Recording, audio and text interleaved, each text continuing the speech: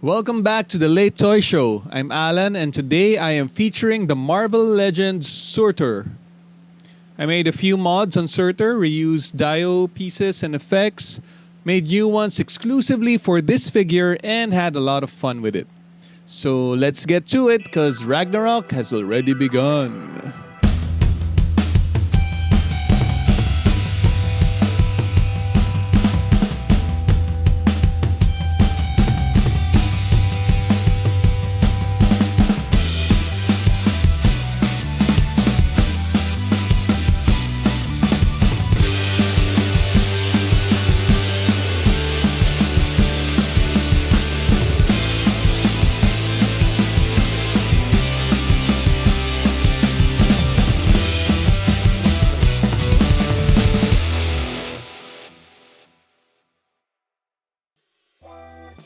This Marvel Legends Surtur is easily one of my favorites of 2021. I only made a few mods on him. I shaved some plastic off his shoulder sockets to add more rotation upwards as well as forwards and backwards. I also added more black paint using scenes from the movie as references.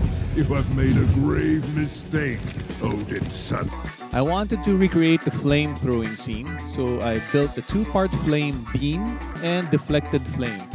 I used my trusty 3D pen to build the frame out of clear filament so that light would shine through.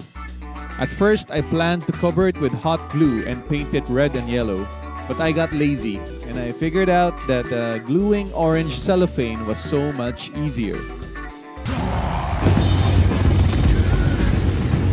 In the movie, the sword spewed a majestic stream of fire, but I didn't have that kind of room, so I built a shorter flame instead. I still needed 2 tables for my setup to fit both Surtur and Thor to get the depth that I needed. I reused my lava dio that I made for Darkseid for the overall mood. I then lit the flame and Surtur from behind, adding some mist to sell the heat as well as add some atmosphere behind Surtur, giving him the illusion of being a flame.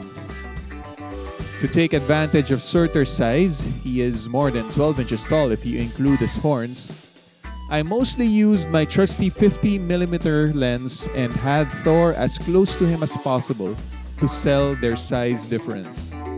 In this flying shot, for example, Thor is essentially bumping against Surtur so that I can shoot him without making Surtur too small. The disadvantage of shooting him with a 50mm versus a wider angle lens like a 20mm or below is that I lose the exaggerated perspective of Thor's hammer.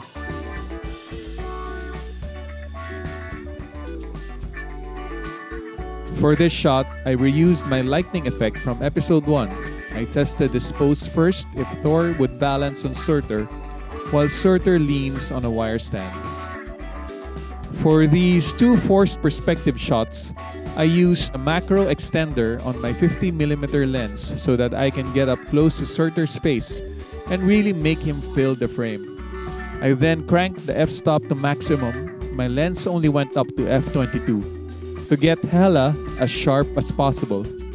I also had to move Surtur's table back as far away from Hela's setup as I can, while still keeping my backdrop in frame. For Hela's shot, I added a foreground ground dio in the same table as Surtur to sell the illusion that Hela was in front of Surtur. I tried a few Hulk shots before ending up with this one, which is a direct reference from the movie. I'll stop you, moron! I tried to put Hulk in focus, but the distance between him and Surtur was just too great and my f-stop couldn't compensate the distance. For this shot, I quickly made 2 Hela spears with a 3D pen that were short enough to make it look like it pierced Surtur. I just used sticky tack to stick them on his chest. And that's it for the fantastic Marvel Legends Surtur photography session. Check out my Instagram at Late Toy Show for more toy photography. Also check out the Titan Masters in IG and YouTube, where fellow toy photographers Harold Ruiz, Patrick Ong, Akira Joe, and Isaiah Puyeya talk about the world of kaiju toy photography with special guests. Also check out Geeklicks, where host Chris Lina invites toy photographers from the Philippines and around the world to talk about toy photography. Thanks for watching. See you next time.